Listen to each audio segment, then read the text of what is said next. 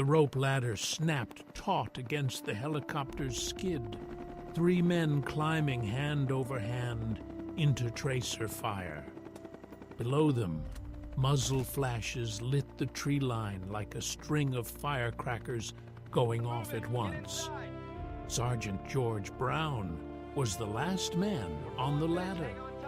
He felt the aircraft surge upward beneath him, felt the wind tear at his hands, and felt the rope go slack a half second before he understood why.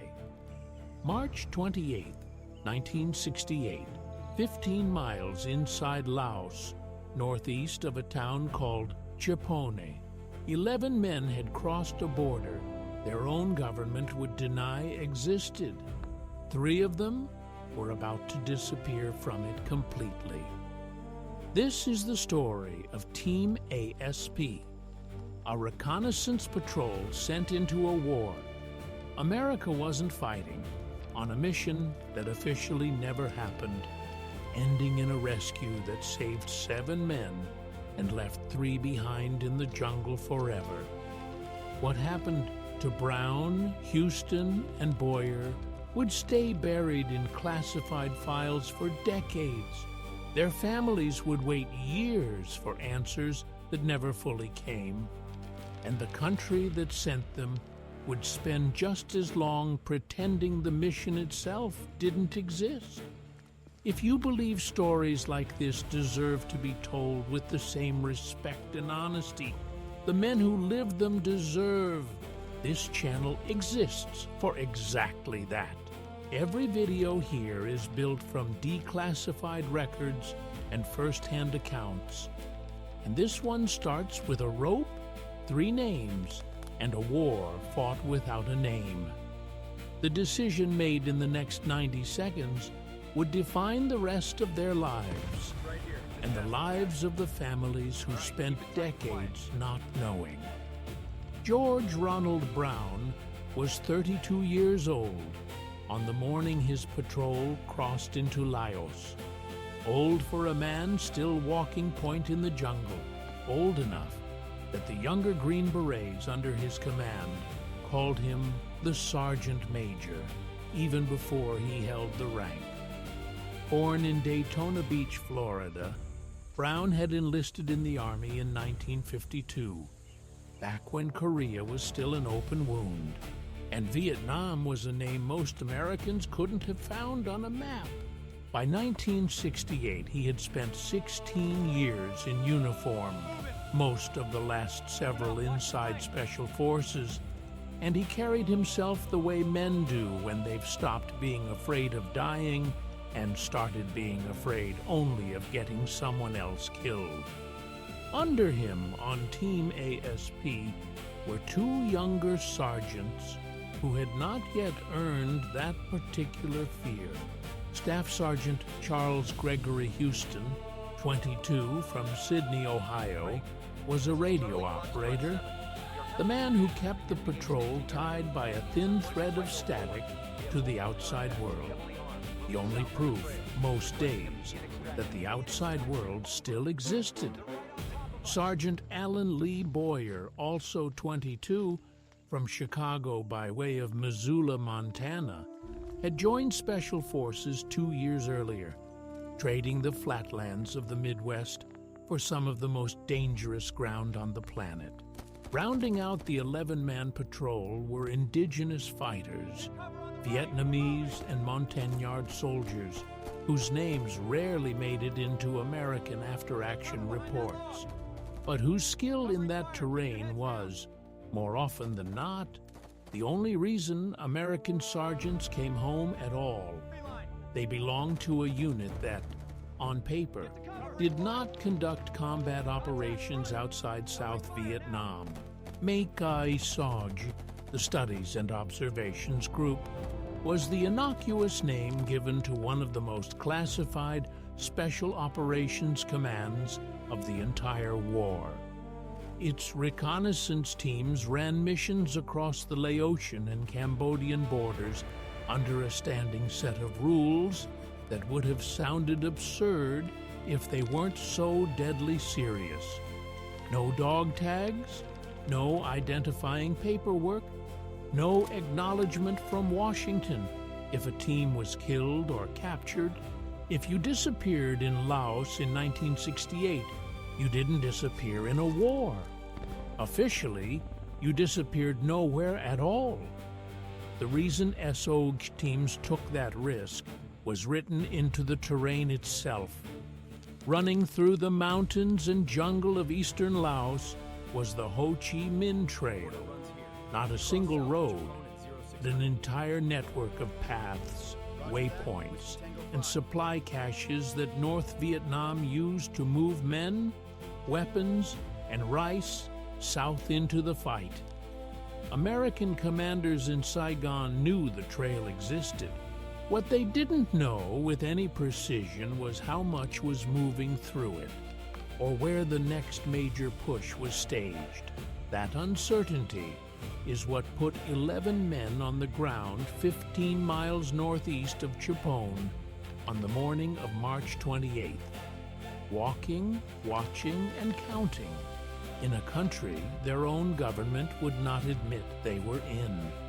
Would you have volunteered for a mission that didn't officially exist, knowing that if it went wrong, your country would have no record you'd ever been there? For the North Vietnamese defending that stretch of the trail, the calculation was simpler. Any American patrol found operating this deep inside Laos represented a direct threat to the supply lines the entire war effort depended on. NVA units stationed along the trail were under standing orders to hunt reconnaissance teams down before they could radio back what they'd seen. And by 1968, they had gotten very good at it. Small teams like ASP carried overwhelming firepower for their size, but they were still 11 men against however many hundred the enemy chose to commit. The math never favored the patrol. It favored speed, silence, and getting out before anyone on the other side knew you'd been there at all. Team ASP's mission that week was, on its surface, unremarkable by SOG standards. Move quietly through a section of the trail network, observe traffic, note troop movements and supply caches, and report back without ever being seen. No direct engagement planned, no target to hit, just eyes on a stretch of jungle the Air Force wanted mapped before it decided where to drop the next wave of bombs. It was the kind of mission SOG teams ran dozens of times a month, most of which ended exactly as planned. Quiet in, quiet out, nobody the wiser. But most was doing a lot of work in that sentence. 1968 was, by any measure, the deadliest year MACV-SOG would ever see. Every recon man in the field that year was wounded at least once. Roughly half of them didn't survive their tour. The men flying resupply and extraction, the pilots who would, in a matter of hours, become the only thing standing between Team ASP and permanent disappearance, knew those odds as well as anyone. They flew the missions anyway, because the alternative was leaving 11 men with no way home at all. Brown had briefed his team the way he briefed every team. No wasted movement, no unnecessary risk, and above all, no man left on the ground if there was any way to prevent it. It was a promise every patrol leader made, and every patrol leader hoped never to have to keep. Somewhere in the back of his mind, 16 years of service had taught him exactly how often that promise got tested, and exactly how rarely it got kept in full. Team ASP had neither speed nor silence on their side that morning, and within hours of crossing the border, what had started as a routine reconnaissance patrol would put that math to its final, brutal test. A test that would end not in silence, but in the loudest 90 seconds of Brown, Houston, and Boyer's lives. What happened next didn't just cost 3 men their freedom. It cost their families 40 years of not knowing whether to grieve. The patrol moved out from its landing zone just after first light. Brown on point with his compass and his map, Houston close behind with the radio strapped tight to his back, Boyer covering the rear with the indigenous troops fanned out on either flank. The terrain fought them from the first 100 meters. Triple canopy jungle so thick that daylight arrived in scattered coins on the forest floor, and undergrowth so dense that a man could lose sight of the patrol member directly in front of him if he blinked at the wrong moment. Every step had to be placed with the kind of deliberate silence that turned a mile of movement into an hour of work. Above them, unseen but never far, a forward air controller circled in a small single-engine spotter plane, call sign Covey, the patrol's only real lifeline if things went wrong on the ground. The Covey pilot couldn't see through the canopy any better than the men below could see the sky, but he could hear them, track their position by radio, and vector in air support faster than almost anything else the war had to offer. Every SOG patrol crossing the border lived or died, in large part, on how quickly that thin line of communication could turn into rockets and miniguns overhead. Brown knew it. Houston, carrying the radio, knew it better than anyone. By mid-morning, the signs Brown had been sent to find started appearing faster than he liked. Fresh cart tracks cut into the mud, still wet at the edges. Bicycle tire impressions, dozens of them, running parallel along what had looked from the air like nothing more than a game trail. Freshly cut bamboo stacked and camouflaged under brush. A cache recently used, recently restocked. This wasn't a quiet stretch of trail the Air Force wanted, mapped for later. This was an active artery, moving supplies south in volume, and it was moving through territory the enemy clearly considered worth defending. Brown made the call every patrol leader in his position had to make sooner or later. Push closer, get eyes on the source, and radio back numbers precise enough to be worth the risk of the mission at all. Or pull back now, report what they'd already seen, and live to run another patrol next week. He chose to push closer. It was the choice the mission demanded, the choice Special Forces training rewarded, and the choice that, decades later, would still be debated by the men who studied what happened to Team ASP. What do you think he was weighing in that moment? The value of the intelligence or the size of the risk he was about to hand his men? The patrol crept forward another 400 meters, close enough now to hear voices carrying through the trees ahead. Not the isolated murmur of a small outpost, but the layered, overlapping sound of a position with real depth to it. Houston, on the radio, quietly relayed a contact report back to the forward air controller, circling somewhere above the canopy, out of sight and out of earshot of anyone on the ground. The controller acknowledged and started working out a response in case one was needed. Nobody said it out loud, but everyone on the patrol understood what that meant. Somebody up there already suspected one would be. If you found this channel, we share something in common, a belief that these stories are too important to be forgotten. Every video here is built from declassified records and first-hand accounts. Subscribe and join a community that honors these men the right way. Brown signaled the patrol to hold, then to withdraw, slow and quiet, back the way they'd come. 'Twas the right call, made at the right moment, and it came about 90 seconds too late. Somewhere in that 400 meters of forward movement, someone had heard something they shouldn't have, or seen a shape where there shouldn't have been one. The jungle, which had been holding its breath all morning, finally exhaled. The first shot didn't come from directly ahead. It came from the flank. A single rifle crack, followed almost immediately by a second.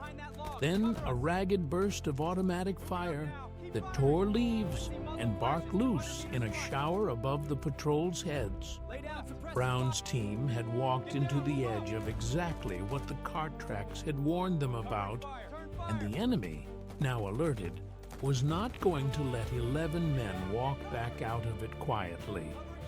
What started as a reconnaissance mission had become, in the span of 3 heartbeats, a fight for survival, and the radio that had carried nothing louder than routine check-ins all morning was about to carry the most urgent message of Houston's life. Houston keyed the radio and did the one thing every SOG radio operator trained for and hoped never to actually say. He called it in as a prairie fire emergency, the code phrase that meant a reconnaissance team was in imminent danger of being overrun, and that every available aircraft in the region, regardless of what else it was doing, was now authorized to drop everything and respond. It was the highest priority call in the entire theater. The moment Covey relayed it upward, gunships, fighters, and a rescue helicopter already on standby began turning toward a stretch of jungle most of their crews had never heard of an hour earlier. On the ground, Brown's patrol was fighting a retreat they hadn't chosen the terrain for. The enemy force pressing them wasn't a small security detail. It was sized, positioned, and armed like a unit that expected exactly this kind of contact and had drilled for it. Automatic weapons fire raked the tree line from at least 2 directions, and the 11-man patrol, indigenous troops and Americans together, fell back in short, disciplined bursts, covering each other by 2s and 3s the way they'd trained to for months before anyone in the group had ever set foot in Laos. Would you have kept moving toward the extraction point, knowing every step exposed you to fire from the flank? There was no clean landing zone nearby, no open field to mark with smoke and wait for a ride out. What there was, instead, was a ragged clearing barely wide enough for a helicopter to hover over without clipping the surrounding trees. Still a difficult, exposed run from the patrol's current position. Brown made the second hard call of the day. Consolidate the patrol, fight their way to that clearing, and trust that the aircraft now inbound could do the rest. There wasn't a better option available. There rarely was in Laos in 1968. Boyer took the rear of the withdrawal, the position every patrol dreaded most. Last man in the line, first man the enemy would reach if the retreat broke down into a straight-foot race. He and 2 of the indigenous soldiers laid down covering fire in short, controlled bursts, falling back a few meters at a time, never turning their backs on the tree line for more than the seconds it took to move. It was the kind of fighting withdrawal Special Forces training was built around, practiced on ranges back in the States 100 times before anyone believed they'd actually need it for real. Now they needed it, and it was the only thing standing between the patrol and being run down in the open. Houston stayed glued to the radio the entire time, relaying the patrol's position in short bursts between breaths, correcting the incoming air support onto targets he could hear but not always see. It was exhausting, exacting work, made harder by the fact that a wrong coordinate called out under pressure could bring fire down on his own patrol instead of the enemy's. He got it right. Transmission after transmission, guiding strike after strike onto a tree line he'd never laid eyes on from any angle but the one he was currently running from. Overhead, the first fighters arrived within minutes, fast, low passes that hammered the tree line on either side of the retreating patrol, buying seconds that felt, to the men on the ground, like minutes. It worked. It always worked for a while, but airstrikes could suppress an entrenched enemy. They couldn't erase one, and every pass that pushed the North Vietnamese back only bought Team ASP a narrower and more temporary window to reach the clearing before the enemy reorganized and closed back in. By the time Brown's patrol broke into the open ground, the rescue helicopter, a CH-3 Jolly Green Giant, flown by an Air Force crew who had scrambled the moment the prairie fire call went out, was already inbound, dropping toward the clearing through a haze of smoke and dust kicked up by the last airstrike. It was, for a handful of seconds, the single most hopeful sight any of the 11 men had seen all day. A way out, a way home. What none of them yet knew was that the clearing had room enough for the aircraft, but not nearly enough time for all 11 of them to get aboard it the way they needed to. The CH-3 dropped into a hover 8 feet above the clearing floor, rotor wash flattening the grass and whipping loose smoke into a blinding, swirling wall. There was no room to land. The ground beneath the aircraft was too broken, too close to the tree line on every side, so the crew held it steady in the air and lowered a rope ladder down into the chaos below. 11 men had to climb it, 2 at a time at best, while the enemy they'd been outrunning for the better part of an hour closed the distance behind them. The first pairs went up fast. Training took over where panic might otherwise have.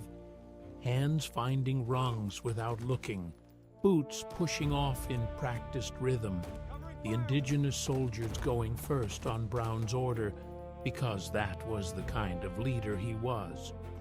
One by one, men disappeared up into the aircraft's open door, pulled the last few feet by crew chiefs, reaching down to grab wrists and collars, and haul them the rest of the way.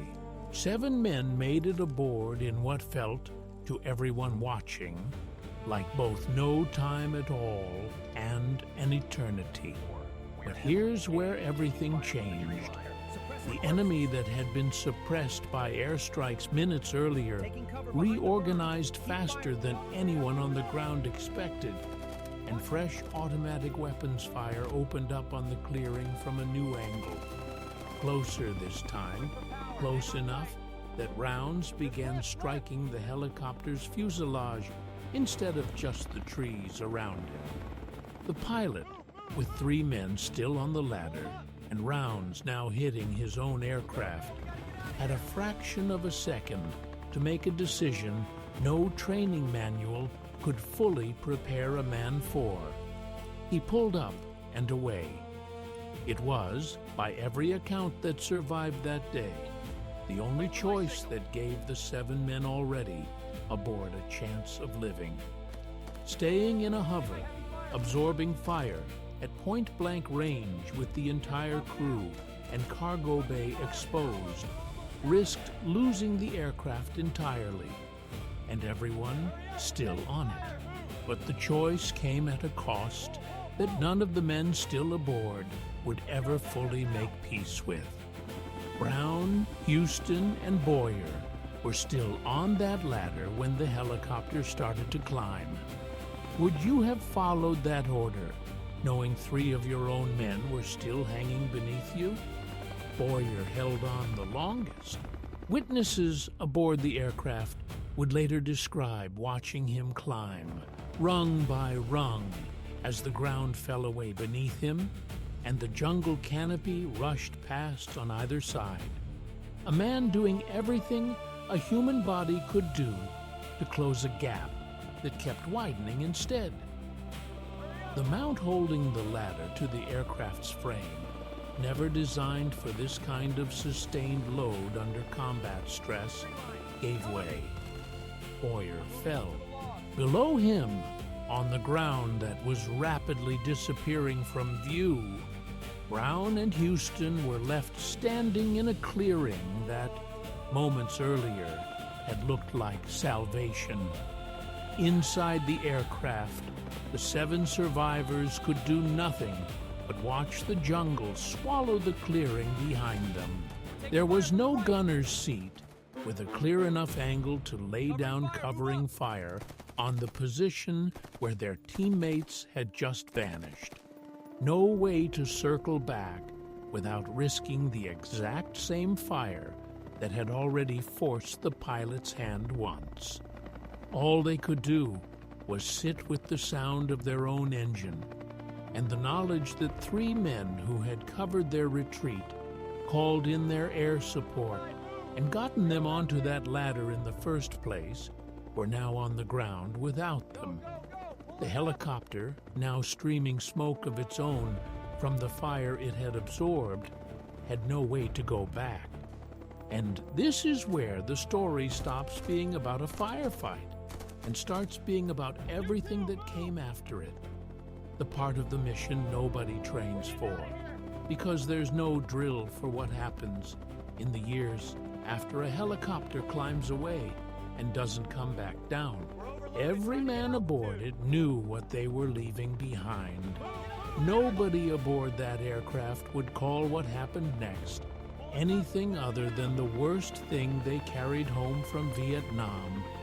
And for the men who flew it, that weight never fully lifted, not in 40 years, not ever completely. On the ground, Brown and Houston were alone with 2 soldiers who had not made it to the ladder in time, in a clearing surrounded on 3 sides by an enemy that now knew exactly where they were. What happened in the minutes after the helicopter disappeared over the tree line was never recorded by anyone who lived to tell it.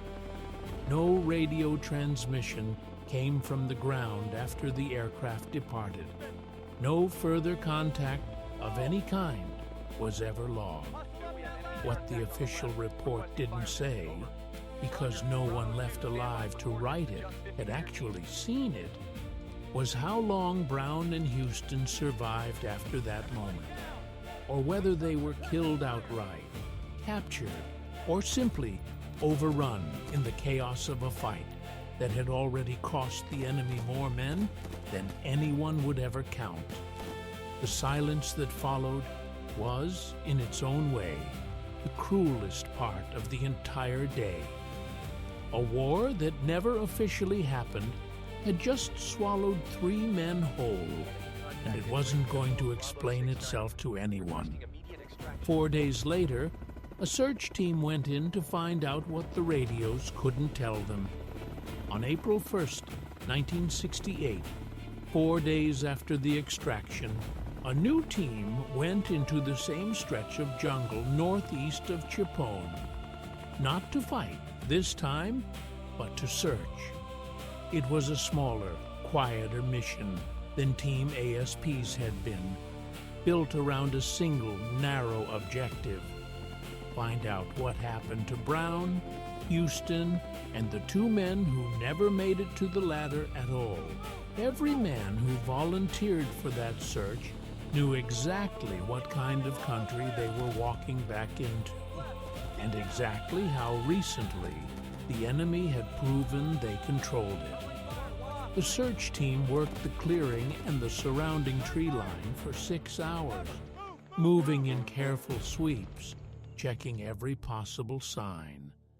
Trampled brush, spent shell casings, blood, equipment, anything that might tell them whether their missing teammates were alive, captured, or already gone. 6 hours is a long time to search a stretch of jungle that size under combat conditions, long enough that every additional minute without a discovery started to feel like an answer in itself, even before anyone said so out loud. They found nothing. No bodies, no equipment, no blood trail leading away from the clearing, no sign in either direction of what had happened to 3 American soldiers in the minutes after a helicopter climbed out of range. In a war defined by uncertainty, this particular uncertainty would prove to be one of the most stubborn of the entire conflict. 3 men, gone without the smallest physical trace, in a country where the United States wasn't even supposed to be fighting.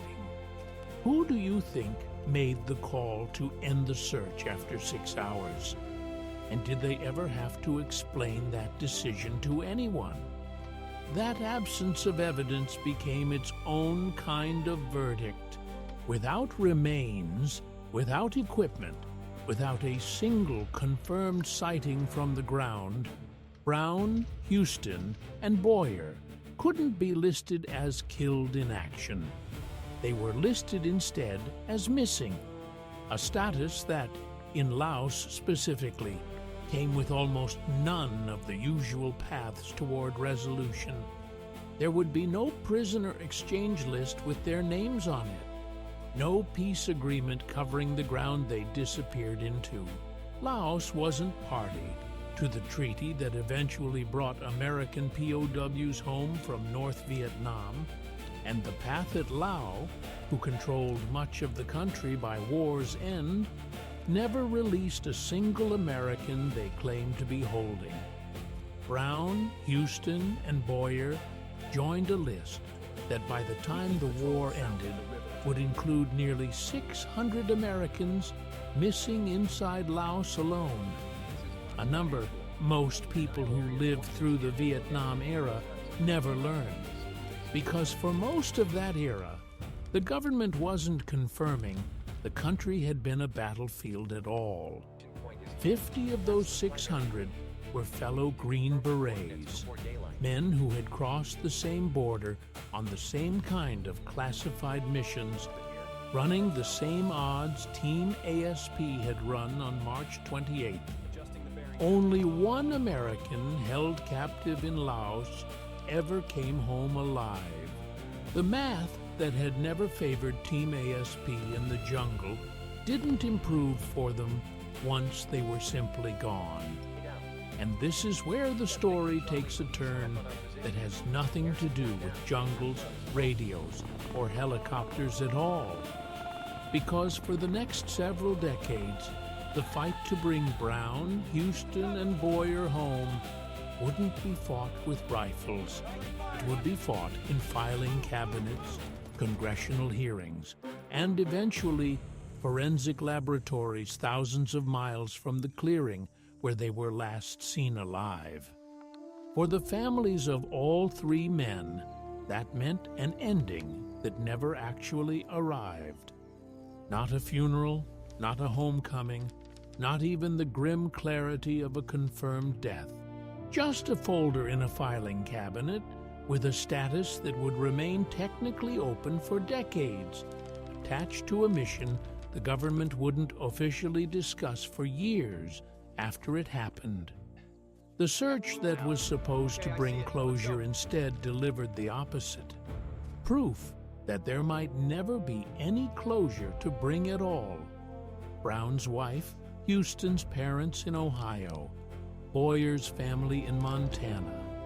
Each received the same short, careful notification, worded to convey almost nothing beyond the fact that a son or husband was missing somewhere in Southeast Asia.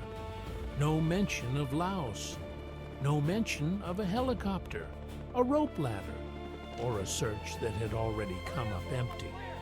Just a name, a date, and a silence that would stretch on for far longer than any of them could have imagined that spring. The 7 men who came home from that clearing carried a version of the cost that never showed up on any casualty report. They had survived, but survival for them meant living the rest of their lives with a very specific memory, watching 3 teammates fall away beneath a rising helicopter, and knowing there had been nothing more any of them could have done about it. Crew chiefs who had hauled 7 men aboard that aircraft would, decades later, still describe the moment the ladder gave way as the single worst thing they witnessed in the entire war. Worse, several of them said, than anything they'd seen in direct combat, because there had been no enemy to shoot back at. Just physics, and a mount that failed under weight it was never built to hold. Some of them would spend years afterward running the sequence differently in their heads. A slower ascent, a different angle, a half-second's difference that might have kept the ladder intact. None of it changed what had actually happened. All of it stayed with them regardless. For the Army, the cost was measured differently. In a status update, a line in a classified after-action report, 3 names added to a list that, in the spring of 1968, was already growing faster than anyone in Saigon wanted to admit publicly. Team ASP's mission had, in its narrow tactical sense, succeeded. 7 men extracted. Valuable intelligence on enemy trail activity reported before contact was ever made. By the metrics MACV-SOG used to judge its own operations, this was not treated as a failure. It was treated as an acceptable outcome in an unacceptable war. The kind of arithmetic that let commanders keep sending patrols across a border they weren't supposed to be crossing at all. That arithmetic never made it into any conversation the families actually had. What they received instead was procedure, casualty notification, a status of missing rather than killed, and a waiting period with no defined end. There was no unit reunion to attend, no grave to visit, no fellow veteran who could sit across a kitchen table and describe exactly what had happened, because the men who could have told that story most completely were the men who never came back to tell it. The silence Brown, Houston, and Boyer left behind didn't just belong to the jungle. It followed their families home, and it stayed there for years. There was also a quieter cost, one that fell on the 7 survivors specifically, and rarely made it into any official record at all. Several of them requested reassignment away from further cross-border reconnaissance work in the weeks that followed, not out of any failure of nerve. Men who had already proven exactly what they were capable of under fire, but because there is only so much a man can carry back into that same jungle after watching it happen once. The Army, for its part, kept running SOG patrols across the same stretch of border for years afterward. The mission didn't stop because 3 men were lost. In a war measured in trail traffic and body counts, it rarely did. And the men who kept volunteering for those patrols understood, better than anyone in Saigon or Washington ever fully could, exactly what that arithmetic might eventually cost them too. Here's the part of this story that took longest to become public at all. For years, the U.S. government would not confirm to the Brown, Houston, or Boyer families that their sons and husbands had been lost in Laos specifically, because doing so would have confirmed something Washington was still technically denying, that American ground troops had ever operated there in the first place. Families were told their loved ones were missing in Southeast Asia. Nothing more specific than that. The same secrecy that had made the mission possible in 1968 outlived the mission itself by years, and it fell hardest on the people who had the least to do with any of the decisions that created it. The immediate cost of March 28, 1968 was 3 men gone and 7 men changed. The long-term cost, the one that would take decades, laboratories, and a great deal of quiet, unglamorous work by people who never knew any of them personally, was only beginning. It took 37 years for Sergeant Major George Ronald Brown to come home.